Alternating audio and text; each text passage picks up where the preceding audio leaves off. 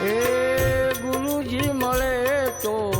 ભગતી રે પામીએ જામવાળી ગામે મગન રામ મળ્યા એ ગુરુના પ્રતાપે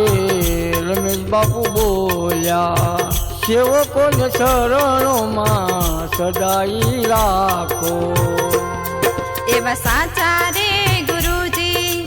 અમને રે મળ્યા એવા મગન